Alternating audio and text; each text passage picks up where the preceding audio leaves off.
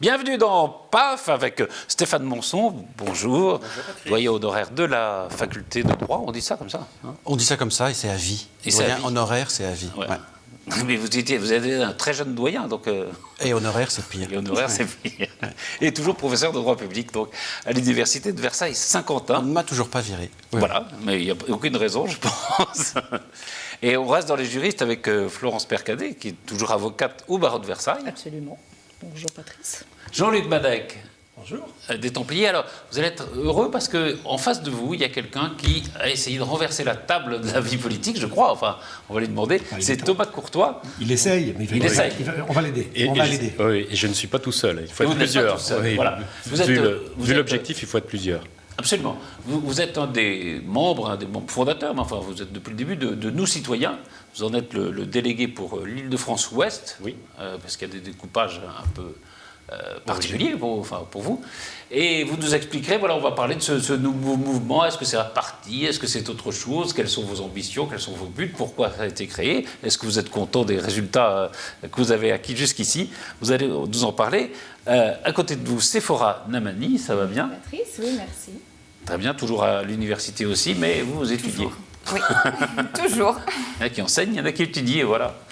Et Jean-Charles Lajoigny, éditeur. Toujours. Et toujours aux éditions Lajoigny. Donc, absolument. Voilà. C'est mieux quand ça porte votre nom. Voilà, c'est plus simple. Alors, on va parler de Nous Citoyens, on parlera d'autres sujets, on va parler notamment du décret d'application sur la réforme de l'enseignement, on parlera peut-être de cette décision de la Cour de cassation, sur la GPA. C'est un avis pour l'instant. C'est un avis. C'est un avis de l'avocat général de la Cour de cassation. C'est ça. Et ce sera étudié, je crois, fin mai, devant la Cour de cassation. Voilà. Qu'est-ce que deviennent les enfants qui sont nés de la GPA dans un pays étranger, les enfants français? On regarde de l'inscription et l'état civil. Absolument. Mais d'abord, on va commencer par vous et puis par la politique. Alors, un mot d'abord. Nous, citoyens, c'était une réponse à moi président, c'est ça? Exactement. C'est une réponse aux anaphores. Le moi président avec les 10 anaphores, je crois. La réponse est nous, citoyens. Donc, c'est la vocation ou l'ambition de nous citoyens, c'est de regrouper des hommes et des femmes de conviction qui ont envie, comme vous disiez tout à l'heure, de renverser la table. Mm-hmm. Et Jean-Luc, vous êtes dedans ou pas? Écoutez, j'ai participé aux 2 premières réunions organisées par Denis Père à Paris. C'est un personnage. Alors, Denis Père, il faut dire un mot, c'est le fondateur. Le fondateur de Nous Citoyens. Brillant, intellectuellement, très belle réussite dans les affaires, et qui a voulu finalement créer un mouvement que j'ai trouvé intéressant parce que, allant dans des démarches novatrices, cassant des codes, et il avait pour ambition, et j'ai trouvé ça très intéressant, de créer ce qu'il appelait un mouvement transpolitique. Hélas, piégé par les médias et par les autres partis. Alors, on va peut-être venir après un petit parti politique. Peut-être aux critiques qu'on peut émettre, mais d'abord, savoir ce que c'est que ce mouvement. Vous êtes à droite, à gauche, au centre ou ailleurs? Nous sommes à l'extrême centre. Nous sommes un mouvement extrême. Ouais, donc non partisan, puisque nous regroupons et les adhérents sont des gens qui viennent soit de gauche, soit de droite. Et une des grandes idées de Denis Père, c'est qu'il y a des bonnes idées à gauche, il y a des bonnes idées à droite, et qu'un peu de pragmatisme en politique ne ferait de mal à personne. Vous-même, vous êtes un chef d'entreprise. Oui. Une entreprise familiale, mais importante, oui. De plus de 300 salariés, je crois. Oui. Denis Père vient aussi de l'entreprise? Tout à fait, Donc, est-ce que c'est pas une sorte de façon, enfin, voilà, pour les chefs d'entreprise, de se dire, au fond, le pays est mal géré, si on le gérait comme une entreprise, ça irait beaucoup mieux? Sur certains principes, oui, c'est ce que je disais auparavant, c'est d'amener du pragmatisme en politique. Donc, il est vrai que le mouvement a démarré surtout avec des chefs d'entreprise du fait du parcours de Denis Père, mais on s'aperçoit aujourd'hui, 1 an et demi après, qu'on regroupe des avocats, des juristes, des artisans, des commerçants, des cadres, et petit à petit, la base s'élargit. À force d'aller au contact des Français, de leur expliquer qui on est, d'où on vient. Moi, je me suis engagé il y a 1 an et demi en politique. C'était mon coming out politique. C'est votre premier engagement politique? Tout à fait. De militant, oui. Mmh. Donc je suis à la fois adhérent, militant et maintenant délégué régional, parce que j'ai fait partie peut-être des premiers à entendre Denis Père un matin sur BFM en disant est-ce que je reste dans le camp des râleurs ou est-ce que je passe enfin dans le camp des acteurs pour sortir de la majorité silencieuse? Vous êtes des déçus de la politique, on pourrait dire ça? déçus de la Je politique fais partie traditionnelle? des 85% de Français qui n'ont plus confiance dans les partis traditionnels. Chez nous, on les appelle les vieux partis. Mhm. Alors bon, alors, je posais assez de questions, je vous laisse parler avec Thomas Courtois. Et alors, vous avez combien d'adhérents maintenant à nos citoyens? Aujourd'hui, nous avons 13 000 adhérents. Ouais. Et plus particulièrement sur l'Île-de-France Ouest, 800 adhérents sur les... C'est vous qui avez le plus de grand nombre, là. Oui, on gagne. On est devant les autres régions. C'est vous qui allez prendre le pouvoir dans voilà. Oui, comme on n'est absolument pas dans cette logique-là, Non, je sais, c'est pour ça que je dis ça. Je vous dis, aujourd'hui, je ne suis candidat absolument à rien, si ce n'est à faire avancer le mouvement et donner un peu de mon temps pour... Il y a eu des pour aider. candidatures quand même aux élections. Mais heureusement, la vocation d'un mouvement politique, nous sommes un parti, c'est-à-dire qu'il y a des statuts qui ont été déposés, c'est un parti pour pouvoir collecter des fonds, collecter des adhésions et pour pouvoir présenter des candidats. Et justement, pour nous différencier d'un think tank qui réfléchit beaucoup, qui aide justement, parce qu'on est entouré aujourd'hui de think tanks ou d'organismes qui réfléchissent avec nous et qui nous aident, tels que l'IFRAP et d'autres. L'IFRAP, c'est quoi? L'IFRAP, c'est l'Institut des... c'est un mouvement avec... excusez-moi, j'ai un trou. Avec... Valérie c'est un institut de réflexion. Oui, qui réfléchit, qui est capable aujourd'hui d'analyser les comptes rendus de la Cour des comptes et qui après nous aide à trouver des solutions. Comment passer d'un endettement tel qu'on le connaît de 57% du PIB à 40%. Voilà, parce qu'il y a des sources et des gisements d'économie qui sont considérables. Donc on est entouré et on fédère un certain nombre de think tanks. Et pour pouvoir justement renverser la table, comme vous le disiez tout à l'heure, il faut bien à un moment ou à un autre, pas prendre le pouvoir, mais avoir des élus pour pouvoir porter notre parole au plus haut des décisions. Les résultats, c'est pas fabuleux quand même, aux élections. C'est vous qui le dites. Non, j'ai l'impression... Enfin, sans tomber dans de la langue de bois, je vais vous donner des choses très, très factuelles. Déjà, 13 000 adhérents, ça nous positionne où sur l'échiquier? Je crois que c'est le terme consacré. Pour peu que les autres partis donnent les vrais chiffres, d'après nos estimations, nous sommes 10e force politique en France. Si on se base sur les élections européennes de mai de l'année dernière, de mai 2014, les résultats obtenus nous positionnent et confirment ce positionnement, ce résultat de 10e force politique en France. Lors des élections départementales, qui ont eu lieu il n'y a pas très longtemps, nous avions fait le choix de ne pas avoir des candidats partout, mais au contraire d'avoir quelques candidats identifiés qui ont signé la charte citoyenne, qui se sont engagés sur le cumul des mandats et sur le non-cumul des mandats, justement, avec des engagements forts. Nous avons réussi, avec une vingtaine de binômes, sur ces régions-là, sur ces départements-là, à obtenir en moyenne 8% des voix. 8%, c'est pas négligeable. Exactement. Et au deuxième tour, avec les candidats qui étaient présents, nous avons obtenu autant de voix en France que Europe Écologie Les Verts. Mmh. Stéphane Monson, c'est pas la première fois qu'il y a des nouveaux partis ou des nouveaux mouvements qui arrivent. Est-ce qu'ils ont du mal à se frayer un chemin dans la vie politique traditionnelle? Alors heureusement que ce n'est pas la première fois dans un pays démocratique, même si la France... Et en vous entendant, vraiment, moi, j'avais, comment dirais-je, des réminiscences historiques. Et la question, est-ce que ces nouveaux partis ont du mal à se frayer un chemin parmi les partis traditionnels? Oui. Oui, surtout en France, parce que la France s'est toujours méfiée. D'ailleurs, on l'entend un peu dans votre discours. S'est toujours méfiée terriblement des partis politiques. Là où en Grande-Bretagne, par exemple, enfin au Royaume-Uni, les partis politiques sont installés dès la fin du XVIIe siècle. Enfin très tôt, très très tôt. Il y a une très forte tradition démocratique et parlementaire qu'on ne retrouve pas en France. Le premier gros parti politique français, il existe d'ailleurs toujours aujourd'hui, vous le savez, c'est le Parti radical, créé en 1901. Avant, faute de partis politiques, on avait affaire à une démocratie balbutiante, essentiellement axée autour de la notabilité, c'est-à-dire que c'était le notable du coin qui avait des moyens suffisants pour animer autour de lui une espèce de coterie et qui se faisait élire aux diverses élections. La France se méfie des partis. On parlait au XIXe siècle de l'impensable notion, parce que c'est une espèce de division de l'intérieur, là où l'idéal révolutionnaire en 1789 posait précisément l'idéal contraire, c'est-à-dire une nation composée d'individus sans, et je vais utiliser un terme cher à Jean-Luc, sans corps intermédiaires susceptibles de faire écran entre le citoyen et l'ensemble national. Oui, il y avait les corporatismes qu'il fallait balayer, etc. Ils ont été balayés en 1791 par la loi Le Chapelier. Alors, toutes les associations professionnelles, les universités qui étaient des corporations ont été supprimées, etc. Et donc pas de parti politique. C'est pour ça qu'à cette époque-là, on voit fleurir les clubs. Hein, le plus connu étant le club des Jacobins, etc., alors qui étaient au fond des partis qui ne disaient pas leur nom. Mais il y a un paradoxe quand même, je vous écoutais, alors, vous dites d'un côté on est un parti, etc., et moi enfin je suis d'accord, pour moi le terme parti il n'est pas péjoratif. Ne me choque pas, enfin le parti politique est une organisation, une machine qui concourt, dit la Constitution, à l'expression du suffrage et qui est une aide indispensable au bon fonctionnement d'une bonne santé démocratique d'un pays. Mais d'un autre côté, peut-être il s'agissait de vous à titre personnel, mais vous dites on ne veut pas prendre le pouvoir. Mais le but d'un parti, et il n'y a pas de honte, c'est de se saisir démocratiquement, de se faire conduire au pouvoir pour justement changer les choses. Tout à fait. C'est parce qu'il y a une telle défiance aujourd'hui vis-à-vis des partis politiques que déjà, et c'est pour ça que je pense que vous aviez posé la question, on se présente plus en tant que mouvement, dans le mouvement. Alors après, est-ce que c'est de la sémantique ou autre, mais quand vous allez sur les...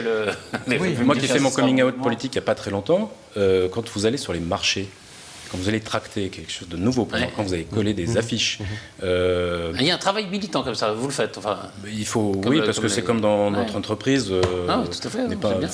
Je ne suis pas un patron qui reste dans un bureau et qui travaille par mail. À un moment ou autre, il faut aller avec les équipes, sentir est-ce que les clients sont satisfaits. Voilà, c'est la même chose quand il y a des éventuelles parutions. Après, il faut aller sur le terrain pour voir si nos idées convainquent. Est-ce qu'on est dans le vrai? Est-ce que le message est entendu? Et donc, voilà, notre mouvement aujourd'hui, il est fait aussi de gens petit à petit qui nous rejoignent pour être élus, pour être candidats. Nous avons fait le mouvement, la semaine dernière, n'a pas fait le pont. Certains faisaient la grève, d'autres faisaient le pont. Nous, on travaillait parce qu'on préparait le séminaire des régionales pour décembre. Et donc, où il y aura des candidats dans toutes les régions? L'ambition est d'avoir des candidats dans toutes les régions. Dans les 13 régions. C'est une grosse machine à mettre en place, parce que quand on est un mouvement qui ne vit que de ses adhésions, voilà, nous avons peu de moyens. Mais avec peu de moyens, comme on est en France, on peut avoir des idées et être innovant, se servir des réseaux sociaux et d'autres biais de communication. Jean-Charles, c'est une initiative qui vous parle? Moi, je trouve que c'est toujours sympathique d'avoir des nouveaux partis, des nouveaux mouvements qui se créent. Après, je suis toujours un peu perplexe quand on dit on est l'extrême centre. En fait, en gros, l'extrême centre, suivant cette position personnelle, ça veut dire soit on est à droite, très souvent. L'extrême centre, c'est souvent une façon polie et politiquement correcte de dire qu'on est plutôt à droite, enfin en tout cas qu'on n'est pas à gauche. La plupart du temps, c'est ça. C'est la première chose. C'est pas du tout une tare pour moi, bien au contraire, mais voilà, je trouve que c'est aussi bien de le dire. Et puis l'autre chose, c'est que j'adore les chefs d'entreprise, je trouve que c'est passionnant, etc. Mais la politique, c'est autre chose que la gestion d'une entreprise, quelle que soit la taille de l'entreprise. Ça n'a jamais bien marché, les chefs d'entreprise. Parce que gérer une entreprise, c'est merveilleux, mais gérer la France, on ne gère pas une entreprise quand on gère la France. On a tous les laissés pour compte, on a tous les problèmes sociaux, on a les problèmes de sécurité sociale, on a les problèmes de vieux, on a un nombre de défense nationale qui ne sont pas du tout du ressort d'un chef d'entreprise. Donc je comprends très bien qu'on puisse gérer une entreprise de façon merveilleuse et extrêmement efficace. Est-ce que c'est un modèle? Est-ce que c'est ça qui doit faire rêver? Moi, la politique, je pense que c'est autre chose et c'est un engagement qui est au-delà de la pure vision économique. La politique, c'est pas que de l'économie. C'est vrai qu'on a eu des chefs d'entreprise ministres de l'économie et des finances comme Maire, comme Breton. Ça n'a pas été les plus grands ministres de l'économie et des finances qu'on ait jamais eu. Hein, oui, parce qu'ils ont été mis du jour au lendemain dans un système technocratique. On va peut-être pas aujourd'hui se plaindre d'avoir enfin des chefs d'entreprise qui veulent s'engager. Et nous, citoyens, ce n'est pas un mouvement de chefs d'entreprise. Vous avez des délégués régionaux qui sont des journalistes. Est-ce qu'on peut éventuellement parler de l'engagement de journalistes en politique? Voilà, vous pouvez éventuellement, Patrice, nous éclairer, nous inspirer sur cette... Quand il dit que vous êtes de droite, vous répondez quoi? Moi, je viens plutôt de droite et le candidat de Nous Citoyens Rambouillet était quelqu'un de gauche. Et bien, on arrive à parler sans s'envoyer des sauts d'insultes. Voilà, à partir du moment où vous avez des gens qui sont animés par l'intérêt général, qui mettent leurs ambitions personnelles de côté. Vous arrivez quand même à discuter, à échanger et à avancer. Je vous donne juste un exemple sur la charte citoyenne qui va être éditée d'ici une quinzaine de jours. C'est un travail collectif assez incroyable. Vous verrez qu'il y a de la matière. Ce n'est pas juste un document que le président a écrit dans son bureau ou a choisi 2 personnes qui savaient à peu près bien écrire pour sortir la charte. La charte, elle a été menée pendant un bon mois par 2 vice-présidents, Éric Delannoy et Thibault Julier, qui ont fait un travail absolument remarquable, qui ont pondu une première ébauche de la charte. Cette charte ensuite a été proposée au comité des régions dont je fais partie, et il y a eu un véritable échange où on ne cherchait pas le plus petit vecteur commun, mais plutôt à enrichir chacun avec nos sensibilités la charte. Ensuite, celle-ci a été transmise à l'intégralité des régions, des délégués de région, qui avaient une quinzaine de jours pour, selon leur vouloir, sans avoir un ordre qui vient de Paris, soit on l'a présenté aux adhérents, soit on l'a présenté à nos délégués dans les communes, pour l'enrichir. Et ce travail-là, nous, de collecte, a été remonté sous une forme de collaborative ou participative, on parle de plateforme collaborative, au vice-président, pour avoir un document enrichi de l'intelligence de tout le monde. Voilà. Les 3 premières mesures que vous prendriez, c'est quoi ? Si vous étiez au pouvoir, comme Stéphane vous convie à l'être. On commencerait par imposer, il y en a un, à ma connaissance, qui l'a fait, c'est démissionner au niveau... Un des gros problèmes, c'est la rénovation de la représentation politique. Si vous prenez l'Assemblée, je crois que c'est 55% des parlementaires sont issus de la fonction publique. Nous n'avons absolument rien contre la fonction publique. Nous avons une fonction publique de très haut niveau, une administration de très haut niveau. Mais aujourd'hui, 55% du Parlement, alors que le poids dans le PIB, c'est 20%. On commencerait par imposer la démission de la fonction publique à chaque député pour pouvoir renouveler pas les seuls. Bruno Le Maire, par exemple, de l'UM. C'est à lui que je pensais. Voilà. C'est exemplaire. Il s'est appliqué à lui-même. Il s'est appliqué à ça, il est pour. Enfin, voilà. Voilà. Il y aurait tout un volet. Alors, en fait, si vous allez sur le site noscitoyens.fr, nous avons sélectionné 10 thèmes qui nous paraissent essentiels. La vie politique, la vie politique. Vous avez l'exclusion, contrairement à ce que vous disiez tout à l'heure. Thibault Julier, qui est un des vice-présidents, il a monté une entreprise qui fait de l'insertion sociale. Est-ce que Thibault Julier n'est pas plus qualifié qu'un certain nombre de politiques hors sol, qui sont des politiques de carrière, qui, une fois qu'ils sont élus, n'ont qu'une idée en tête, se faire réélire, qui vivent dans des administrations, qui sont déconnectés de la vie publique, qui n'ont jamais fait de CV, qui n'ont jamais fait d'entretien d'embauche? Est-ce que nous, chefs d'entreprise, avec nos différentes sensibilités, est-ce que des cadres d'entreprise qui nous ont rejoints, est-ce que des avocats spécialisés ne sont pas plus à même de réfléchir sur le pavé du code du travail que d'autres? Nous, on parle de choses que l'on connaît. Et encore, ce n'est pas pour donner des leçons aux autres, mais on pense que la compétence n'est pas limitée qu'à 2500 élus qui gèrent le pays. Il y a quand même aussi beaucoup de chefs d'entreprise qui n'ont jamais présenté le moindre CV à qui que ce soit parce qu'ils sont arrivés dans l'entreprise en sortant de leurs études. Donc, ce n'est pas non plus tout d'un coup merveilleux, le monde de l'entreprise, où on n'aurait que des gens absolument merveilleux. Ça, c'est la première chose. Ensuite, c'est une très belle idée d'exiger que les gens démissionnent, mais il faudra encore savoir ce que vont faire les gens. Quand on se présente et qu'on est élu député pour 5 ans, qu'est-ce qu'on fait au bout de 5 ans ? Non, mais qu'est-ce qu'on devient? C'est tout. Quand on a un certain boulot, on fait quoi? On n'a pas de boulot. Donc, du coup, on ne se représente pas et on a un personnel politique. Chômeur, mais on peut... Non, s'il n'y a pas de possibilité, s'il n'y a pas d'avenir pour un homme politique au bout de 5 ans, on va... C'est vrai qu'il y a un certain nombre de professions libérales ou de chefs d'entreprise ne se présentent pas aux élections parce que voilà, ils risquent de perdre leur boulot. Oui, parce que la boîte, vous avez une PME, c'est compliqué si vous n'êtes pas là. C'est pour ça qu'on a... Il y avait une proposition qui est faite conjointement, c'est d'imaginer des accompagnements pour les députés qui ne seraient pas réélus, pour les accompagner, mais ils ont comme n'importe quel Français au chômage. De la vie politique, c'est un des facteurs importants. Séphora Joyer a approuvé les propos de Thomas Courtois. C'est vrai qu'on reproche souvent la déconnexion de la réalité des hommes politiques.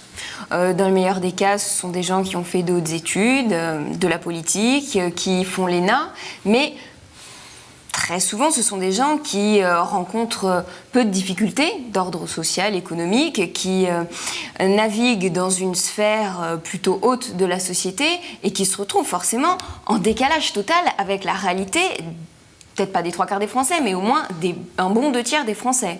Je pense que justement, un chef d'entreprise, alors c'est vrai, hein, comme Jean-Charles le soulignait, il y en a qui sont exactement dans le même cas de figure.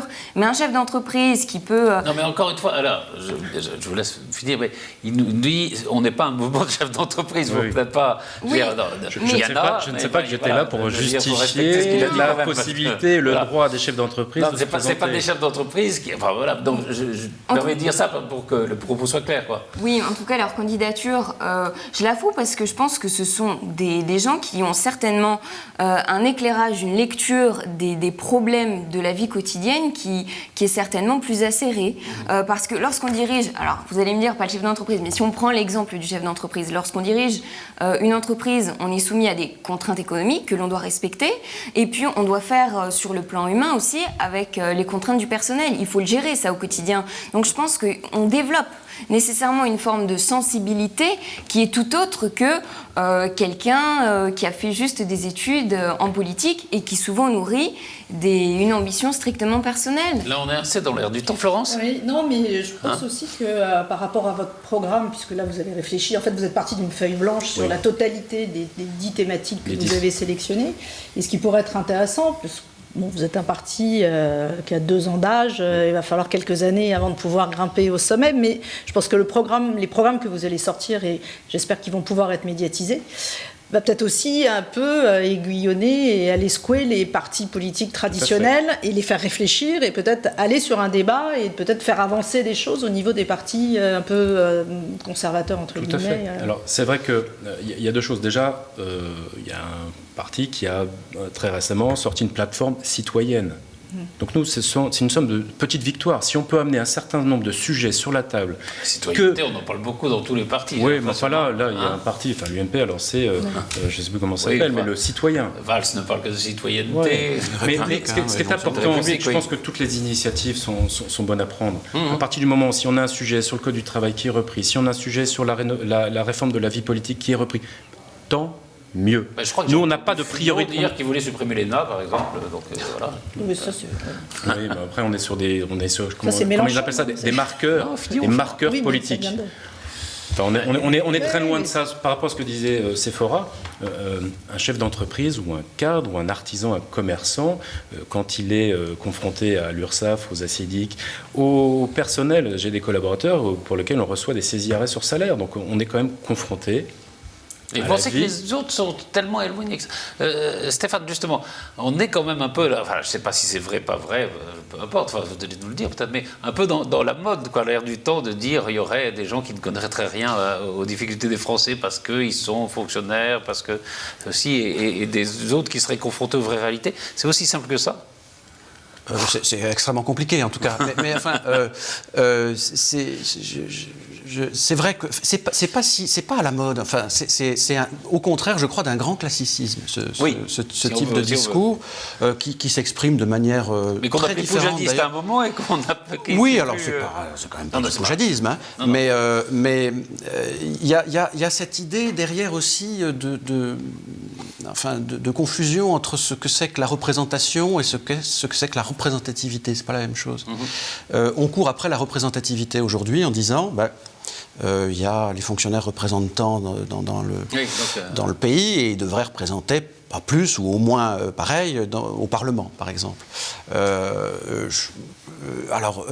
La parité homme-femme procédait pas tout à fait de la même origine. 50-50. Parce que oui, mais enfin c'est quand même la dualité incontournable, inévitable du genre humain. Bon. Mais aller au-delà, c'est une course sans fin. Après, on dira que, en effet, les artisans, commerçants, profession libérale, alors profession libérale, non, mais artisans, commerçants sont très peu représentés. Mais le problème n'est pas là. Je ne pense pas que parce qu'on aurait une espèce de photo, Parlement qui représenterait l'exacte photographie de la société française, les choses iraient mieux. Ça, j'en suis pas certain. La représentation, c'est pas ça. Ça, c'est la représentativité. Et c'est une course au cours de laquelle et dans laquelle on s'épuise sans jamais atteindre son but. Alors, le discours aussi sur... c'est pas le discours que j'entends quand même, mais un peu. Il faut gérer... Déjà, gérer, c'est un terme... on ne dit plus administrer, puisque ça fait fonctionnaire, machin. On dit gérer. Il faut gérer... mais encore une fois, ça n'est pas ce que vous dites. Qui nous va bien. On a un peu contribué à ça. Il faut gérer, par exemple, une collectivité publique comme on gère une entreprise. Et puis, on voit, alors notamment au niveau local, des maires qui disent, il y en a un pas loin d'ici, gérer une commune, c'est comme gérer une entreprise, etc. Ben non. Non.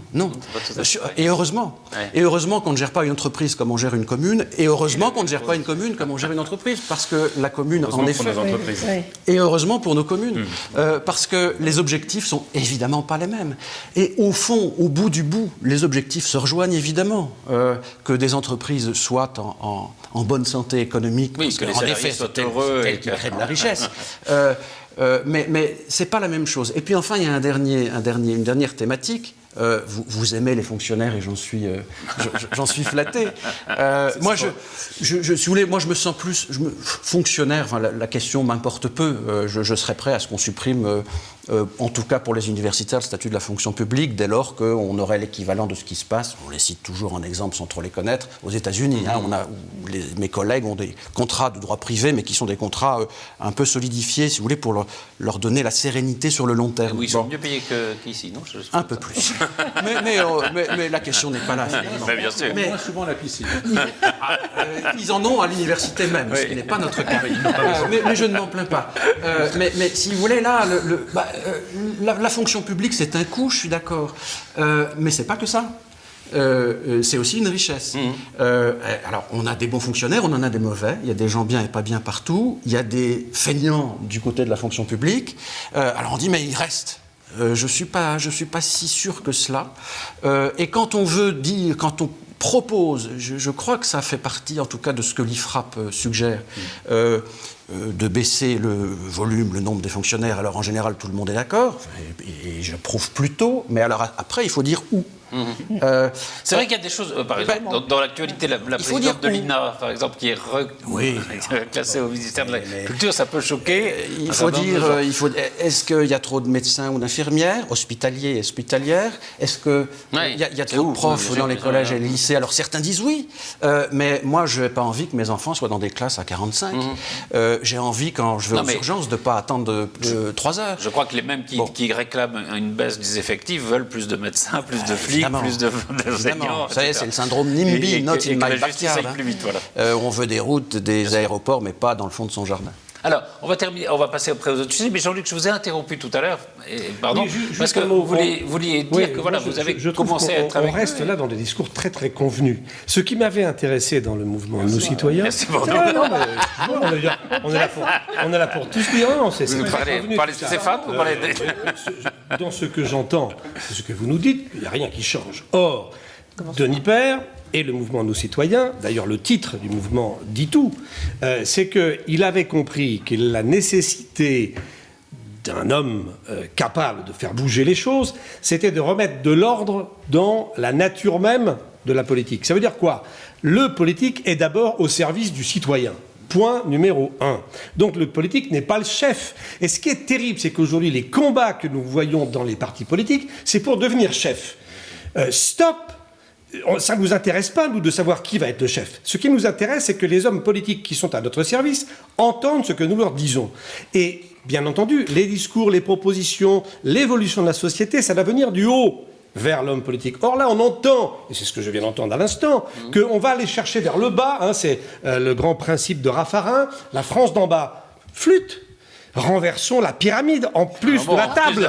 Ça veut dire quoi ? L'homme politique ou la femme politique doit être au service du citoyen. Nous, citoyens, c'est une excellente idée. Maintenant, il faut la mettre en œuvre en faisant quoi ? Simplement en remettant ce que moi j'appelle les corps intermédiaires. Je sais que ça vous enquiquine un peu parce qu'on répète toujours les mêmes mots, mais en même temps, c'est quoi? On parlait de la représentativité, elle est inexistante dans ce pays. À un moment donné, il va falloir quelque part que des gens se préoccupent de remettre en haut le citoyen et que le citoyen aille vers l'homme politique qui doit l'aider à participer, à créer le mouvement nécessaire pour aller vers l'avenir. Je dis très souvent que moi, le combat que je mène, quelle que soit sa nature, va au profit de mes enfants et de mes petits-enfants. Je ne m'intéresse pas à moi-même, je m'intéresse à l'avenir.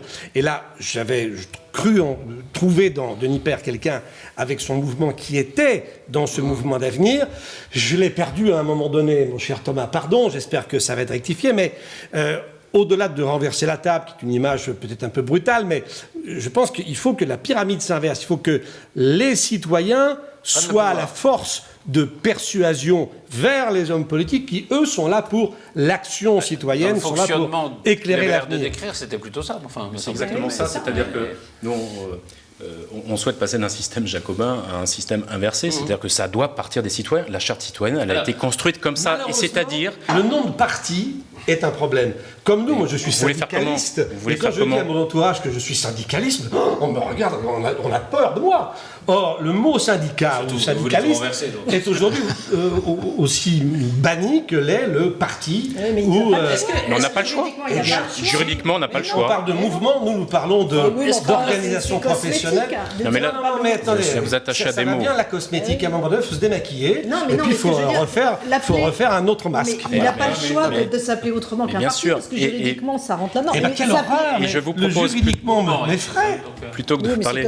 Mais venez avec nous coller des affiches, venez avec nous sur les marchés, vous allez voir la réalité citoyenne. Non, mais venez avec nous, vous allez voir la réalité citoyenne. Franchement, et donc aujourd'hui, notre ambition, c'est qu'à un moment ou à un autre, c'est de pouvoir être suffisamment fort pour pouvoir renverser la table. Et ça veut dire quand même qu'il faut mobiliser un maximum de citoyens, et ceux de toutes origines. On vient d'assister aux élections au sein du Parti socialiste. Je suis désolé, les militants du Parti socialiste, ce ne sont pas des sous-citoyens, des sous-hommes. Ils ont voté en leur âme et conscience pour des gens. Enfin, je ne vois pas où est le problème. Ce sont bien des citoyens qui sont allés décider qu'ils allaient soutenir. Enfin, dans tous les partis politiques, c'est comme ça. Les citoyens, ils se déplacent, que ce soit le citoyen de l'UMP, le citoyen socialiste. Ils sont allés hier voter. Ils ont un débat soit tout seul, ça. Mais non, mais je veux dire, arrêtons de toujours dire que tous les autres partis politiques ne seraient pas bien, etc., que les citoyens ne seraient pas... Les citoyens, ils se prennent en charge, ils vont voter pour qui ils veulent, on est dans une démocratie, il y a suffisamment de partis, et tant mieux s'il y en a un nouveau, je suis ravi et bienvenue. Mais voilà, c'est pas une révolution, le citoyen a tout le pouvoir qu'il veut, il est capable de voter pour un con, c'est tout. Après, il a le choix. Mais c'est clair et net. Le premier parti en France, ce sont les abstentionnistes. C'est parce que les partis... Il y a une contradiction, cela dit, entre une volonté comme ça des Français, qui serait en effet d'avoir une nouvelle politique, d'avoir de nouveaux partis, d'avoir de nouveaux représentants. Et puis, quand on a des élections, qui choisissent, au fond, ils choisissent les expérimentés, les plus anciens, peut-être les plus forts d'ailleurs dans la façon de mener une campagne politique. Est-ce qu'ils ont des alternatives ? Est-ce qu'il n'y a pas une contradiction entre ces deux souhaits comme ça, de renouvellement, et au fond, le renouvellement ne se fait jamais ? Il y a un problème de communication aussi, parce que sur la visibilité de nos citoyens, c'est pas simple. Aujourd'hui, on a une légitimité sur les sujets plutôt économiques. Donc on n'a pas de problème à avoir des articles dans les journaux, dans les médias économiques. La grande difficulté, c'est de casser le plafond de verre. Et quand je vois le débat, et toute la défiance que j'entends, vous êtes chef d'entreprise, c'est suspicieux, vous êtes ceci, vous êtes cela. Alors déjà, on est en train d'essayer de regarder où nous mettre, dans quelle case il faut vous mettre. Même le fait d'être c'est-à-dire qu'on aime bien savoir droite, gauche, centre, il y a des étiquettes préfabriquées. Excuse-moi, mais j'ai envie de dire, les gens voudraient faire éclater ça, mais en même temps, ils vont faire ça. C'est ça la contradiction. On nous reproche d'être un parti, on nous reproche... Il aimerait les donner. On ne lui donne pas le micro, sauf ici. On aimerait. On nous reproche. On nous demande est-ce que vous êtes un think tank, quoi. On dit très simplement on est un parti politique. On nous le reproche alors qu'on n'a pas le choix juridiquement. Nous sommes obligés d'être un parti politique. Donc ça mesure le chemin qui nous reste à parcourir. Moi, ça me motive encore plus. Quand il y a des défis, autant se donner un maximum de moyens, et ça veut dire qu'on va devoir encore plus fédérer, encore plus avancer et encore plus convaincre. Tant mieux. Et on verra au bout du bout ce qu'il en ressort. Mais je crois énormément et je sens tous les jours que le mouvement prend, que la mayonnaise prend. Et rien qu'à voir, en préparation des régionales, le nombre de partis traditionnels qui nous appellent, qui nous sollicitent, je me dis, ça y est, on commence à rentrer dans le spectre. Aujourd'hui, Patrice, vous nous invitez, c'est aussi, et merci de nous laisser le temps de le faire. Peut-être que je n'ai pas encore les mots, c'est mon premier plateau télé. Donc il faut aussi que nous, on apprenne à communiquer et à avancer. Sur la vie politique, pardon, parce que la vie politique aujourd'hui, on ne peut pas gagner seul. Donc il faut à un moment faire des choix, il faut aller d'un côté ou de l'autre. Malheureusement, c'est comme ça. Enfin, du côté de la droite ou du côté de la gauche, on voit bien, par exemple, le Front National qui est assez puissant, mais il n'y arrive pas tout seul parce qu'il n'a pas d'alliés. Est-ce que vous dites clairement, ben voilà, si jamais on doit faire des choix, on ira dans tel sens ou dans tel sens ? C'est un débat interne au mouvement et qui est justement, comme on voit aujourd'hui qu'on est de plus en plus sollicité, c'est un mouvement aujourd'hui qui n'est pas tranché à 100%, mais qui est mené actuellement pour savoir est-ce qu'ils doivent signer la charte Nous Citoyens, quelles sont leurs approches, quels sont les marqueurs ou les incontournables qui feront que nous pourrons aller ou nous associer ou avancer avec tel ou tel mouvement ou parti, ou tel candidat. Très bien. On passe à d'autres sujets si vous êtes... Juste Non, une dernière pardon. question, Patrice, Allez-y. qui doit brûler les lèvres de beaucoup. Parce que là, non, mais on est dans la forme, mais dans le fond, tout à l'heure, vous parliez de pragmatisme. Oui. Concrètement, quel est votre objectif et quelles sont les actions concrètes que vous menez sur le terrain pour arriver à vos fins ? Ce que vous envisagez, mais concrètement. Concrètement, c'est de pouvoir être présent partout au régional, parce que les régionales vont être un tremplin pour les présidentielles. C'est de pouvoir... On est en train de travailler sur deux niveaux, ce qui est de pouvoir avoir des élus, et dans un deuxième temps, et en même temps, de pouvoir préparer Nous sommes en train de préparer la plateforme citoyenne, sur laquelle nous allons avoir un programme pour 2017. Ce programme, il y aura deux possibilités. Notre mouvement n'aura que 3 ans.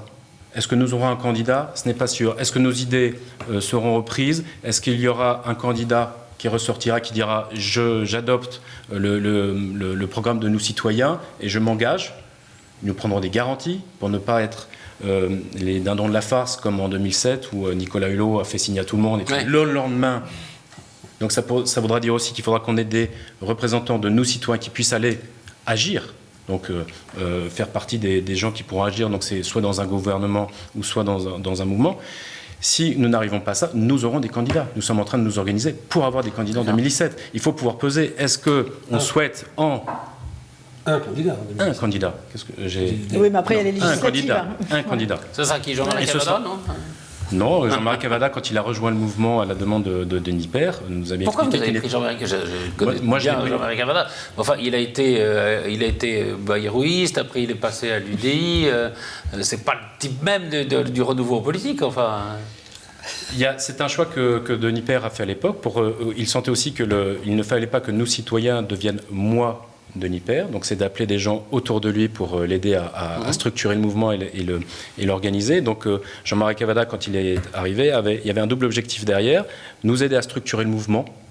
Parce que passer d'un mode start-up politique à un mouvement organisé, donc depuis nous avons créé le comité des régions, le comité exécutif qui fonctionne parfaitement bien aujourd'hui, nous avons la charte citoyenne et nous allons d'ici 10 jours avoir un parlement citoyen. Nous avons tiré au sort parmi les adhérents, 200 adhérents qui participeront au parlement citoyen. Et donc Jean-Marie Cavada est arrivé déjà avec cette première fonction. Il nous a expliqué en arrivant qu'il n'était candidat à rien, qu'il était là pour donner de son temps et nous aider à structurer le mouvement. Deuxième objectif avec Jean-Marie Cavada, pouvoir enfin ouvrir les plateaux de télé. D'accord. Très simplement. Oui, c'était un accès aux médias. Mais Exactement. quel est votre programme? Parce que là, Mais ça, on en a parlé un petit peu tout à l'heure. Ça vous brûlez les lèvres, mais... Nouscitoyens.fr. Voilà. Voilà. Sur la plateforme. On n'a pas écouté, c'est pas joli. C'est donc le recensement, Voilà, on a dit qu'on voilà. recensement de toutes les volontés des citoyens pour essayer de les mener à bien. Est-ce qu'on pourrait dire ça? Mais non, on est en train de travailler donc sur un programme et ensuite avoir des équipes sur le terrain pour le porter. Puisqu'on parle de renouvellement, une question comme ça, est-ce que il y a deux personnalités qui, alors dans la politique plus classique, qui sont dans le renouvellement, il y a le maire d'un côté, il y aurait Valls éventuellement de l'autre. Est-ce que quelqu'un pense qu'il y a une chance sur 1000 qu'ils soient candidats en 2017 l'un et l'autre? Une sur 1000? Une sur 1000, oui. Oui, sur 1000, oui. Mais pas beaucoup C'est plus. loin 2017. Valls, oui. Ah oui, parce qu'il y a quand même, c'est semé d'embûches pour Hollande quand même, donc c'est pas sûr Hollande, du tout. il est en train de préparer. Oui, non, Pas la pression quand même. préparer plein de choses, mais je trouve ça vraiment curieux de dire qu'il n'y aurait qu'une chance sur 1000 que Hollande ne se présente pas. Enfin, ne soit pas, comme on dit, en capacité. Pourquoi on dit en capacité plutôt que de pouvoir ou pas pouvoir. Enfin bon, donc il est pour l'instant, il se sent en capacité d'être candidat. En 2 ans, il peut se passer plein de choses. Oui, Donc, comme pour Sarkozy. non, mais oui, il peut se passer des choses. Mais voilà. c'est vrai qu'on voit, même avec des gens qui sont plutôt brillants et que les Français aiment bien, le renouvellement est quand même difficile, même surtout peut-être à l'intérieur des partis, quoi. Mais c'est ce que je suis je suis tout à fait d'accord avec ce que Jean-Charles disait. Moi, on a les élus qu'on mérite. Voilà. On vote et chaque citoyen est responsable de son vote. Le renouvellement, il incombe d'abord de la responsabilité. Il relève de la responsabilité des citoyens eux-mêmes qui sont électeurs. Alors, c'est vrai qu'on peut les y aider. Moi, j'apprécie l'engagement, par exemple, ce fichu non-cumul des mandats. Enfin, sans doute, va-t-on pouvoir y arriver, mais encore, ça n'est pas sûr. Il va falloir voir ce qui va se passer justement en 2017 autour de cette fichue élection présidentielle qui cristallise, qui stérilise tout débat, qui monopolise la vie politique française. Tout tourne autour de cela. Au bout de 2 ans du mandat, ça y est, on prépare l'après. Oui, surtout avec le quinquennat, oui. C'est absolument insupportable. Mais les gens le font encore. Tant mieux pour eux, mais Patrice, vous le dites, c'est une croyance. Ça n'est rien de plus. Absolument, mais je vais fonder un parti, je ne sais pas comment ça s'appellera, moi, Stéphane Manson, et mon premier point, ce sera de supprimer la fonction présidentielle. C'est-à-dire ce que je dis aux étudiants. J'ai vu dans ma carrière jusqu'à 5 à 6 000 étudiants, j'ai fait le compte. Et je leur dis, souvenez-vous, je vais me présenter à l'élection présidentielle, ça durera 1 mois, et je ferai voter la suppression de la fonction présidentielle. Voilà. Bravo. Donc, qu'on s'en souvienne. Vous serez pour un éclatement... vous êtes pour les institutions de la Ve République ou vous êtes pour une réforme, par exemple, de l'élection présidentielle? Vous pensez que c'est une bonne chose pour la démocratie ou pas? Oui, bien sûr. Vous êtes pour le maintien? Est-ce que nous, on est pour que le président en 2017 fasse un seul mandat. Il fasse le job pour lequel il a été élu, quel que soit le programme. Mais au moins qu'on puisse avoir enfin... 2 ans d'élection et vous avez un bordel sans nom parce que tout le monde pense à la succession. Non, il a 5 ans. Il a 5 ans pour mettre en application ce qu'il a présenté aux Français et que le programme soit suffisamment clair au moment des élections pour que ce soit quasiment un référendum sur le programme.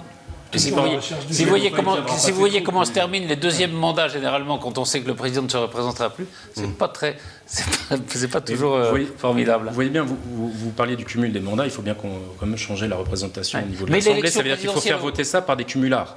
C'est compliqué quand même. Mais l'élection présidentielle au suffrage universel, vous ne la remettez pas en cause, par exemple? Non. D'accord. Non, on n'est pas pour... Non, mais... Non, parce qu'il y a des gens qui sont pour la 6e République et pour une autre façon, une autre représentation politique. Peut-être un mot on va passer à d'autres sujets, sur le décret, sur la réforme de l'enseignement qui a été adopté, qui a été écrit de manière un peu précipitée, disent les opposants. Vous avez beaucoup bossé, Florence, là-dessus. Je n'ai pas beaucoup bossé, non, mais je veux juste rappeler quelque chose. On parle de précipitation. Oui, c'est un décret. Voilà, c'est un décret et un arrêté, parce que l'arrêté est beaucoup plus précis que le décret. Le décret, il fait 3 lignes. L'arrêté est beaucoup plus développé, ils sont sortis en même temps. Alors, on parle de précipitation le 19. Ou mercredi. Voilà. Le lendemain de la grève. Voilà, c'est ça, le lendemain de la grève. Donc, c'était mercredi.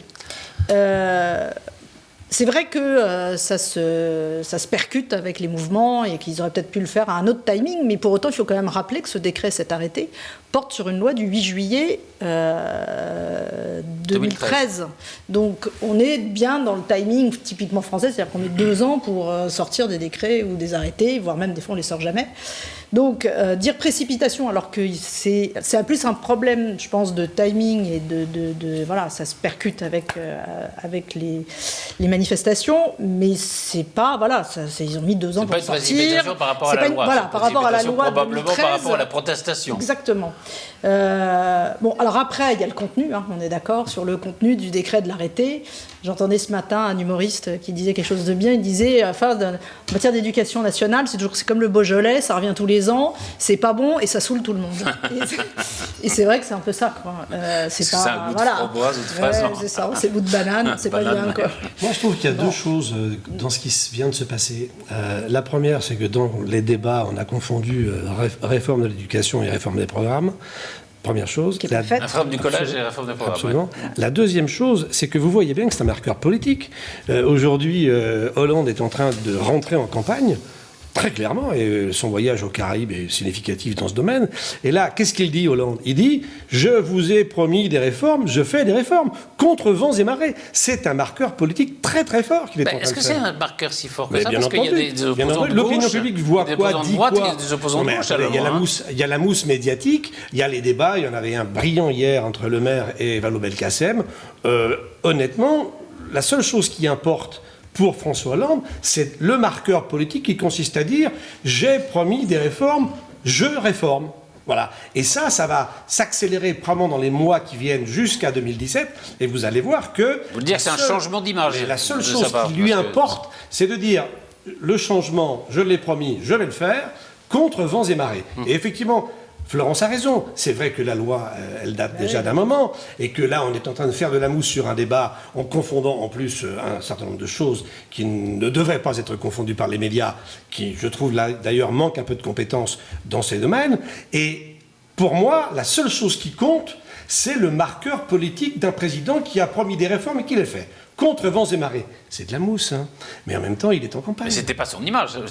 C'est pas l'image de Hollande jusqu'à présent. C'est pas l'image qu'on lui a donnée depuis 3 ans. C'est l'image qu'il va défendre pour les 2 ans à venir. Là-dessus, oui.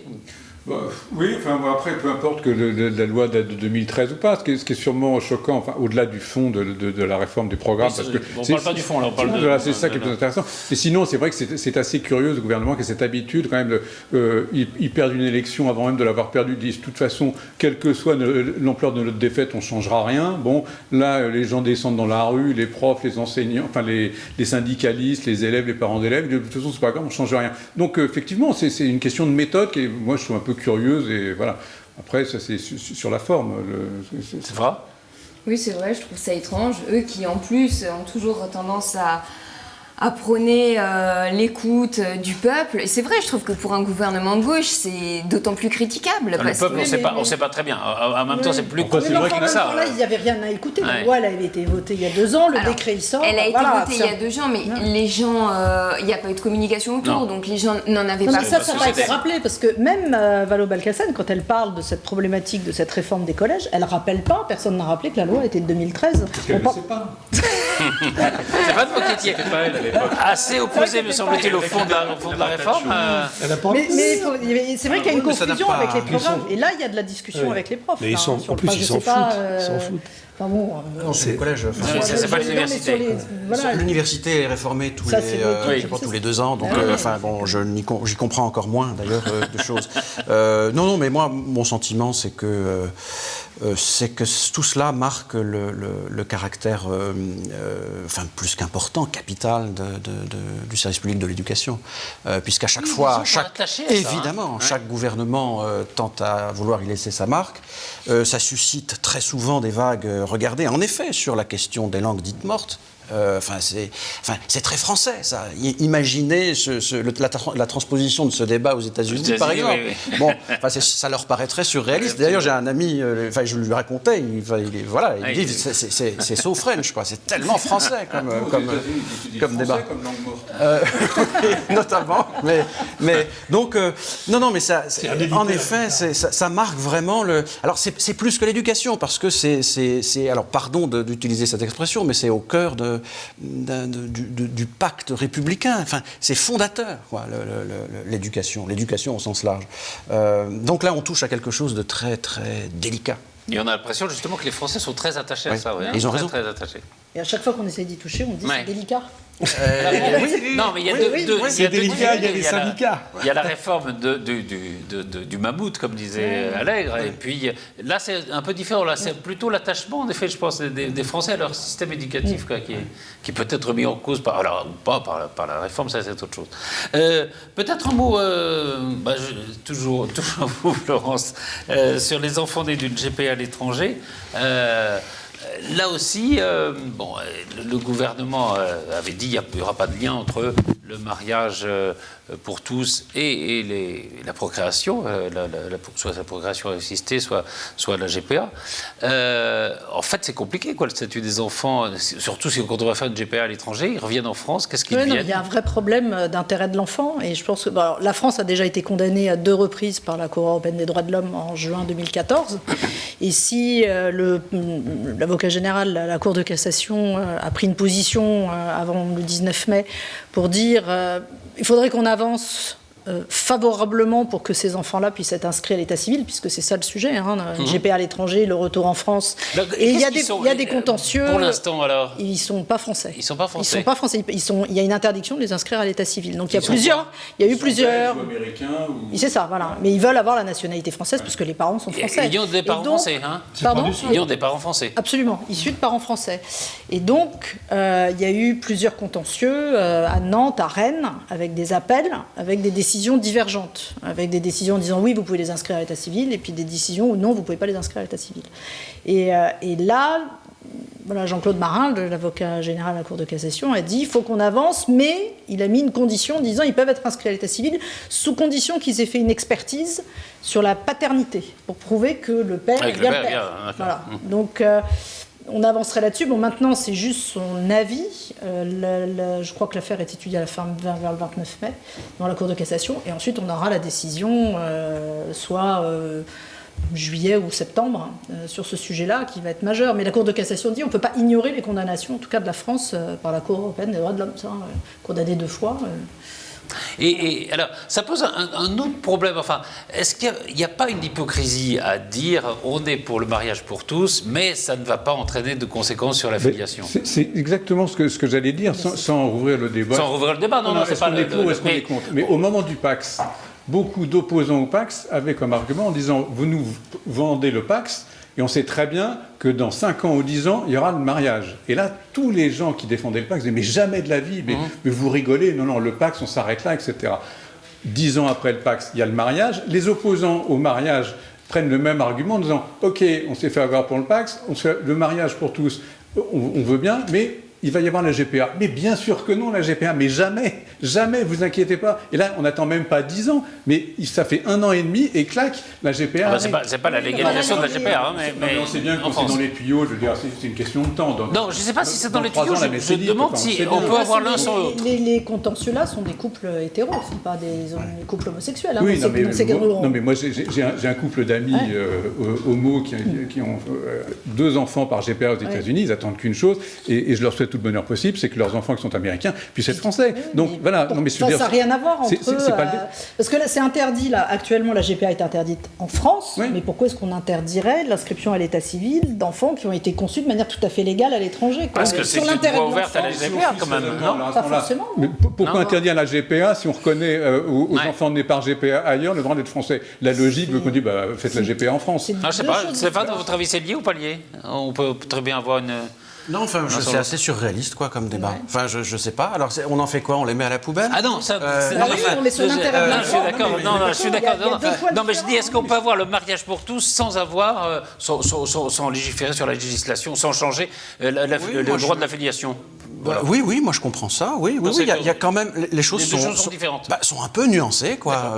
La réalité, elle est souvent un peu plus compliquée que le dogmatisme, alors notamment qui a prévalu sur ce mariage pour tous. Ça n'était affaire que de dogme. Christiane Taubira a été très très claire sur le sujet pour une fois. Pour une fois, elle a dit ils sont français. Point. Ouais, absolument. Voilà. On arrive au terme de l'émission. Juste un mot, Thomas Courtois. Sur ces questions de société, nous citoyens travaillent aussi beaucoup ? Commence à travailler. Dans la stratégie ou dans la démarche de nos citoyens, c'était déjà de travailler, de réfléchir sur la vie politique et sur l'économie. Donc remettre le pays en marche. Donc derrière, vous avez tous les thèmes dont j'ai parlé qui sont sur le site noscitoyens.fr, de l'éducation, l'écologie, la vie politique. Ces sujets de mariage pour tous ou les sujets de société sont dans un thème qu'on appelle le faire société. Donc derrière, vous avez qu'est-ce que la famille, qu'est-ce que être français, donc tous les sujets dont on entend beaucoup parler en ce moment. Et notre prétention, c'est de pouvoir, à un moment ou à un autre, dire Est-ce que ces sujets peuvent être abordés différemment que comme des chiffons rouges? Quand on prend, Est-ce qu'on peut en parler calmement? sous Sarkozy, c'était l'identité nationale. absolument. Là, c'est le mariage pour tous. Est-ce que des sujets comme ça peuvent être abordés Regardez, en Irlande, autrement on parle plus- que plus- comme de des manière stratégies plus calme, hein. politiques? Ça va Et est-ce plus qu'à la politique. fin du fin, est-ce que les citoyens ne peuvent pas être appelés à voter et à se prononcer? C'est Un notre peu débat. plus donc de démocratie directe. Très clair. Merci infiniment Thomas Courtois, merci Stéphane Monson, merci Florence Mercadet, merci Jean-Luc Madec, merci Jean-Charles Lajoigny, et je vais vous garder pour la fin, Sephora Namani. Merci à tous.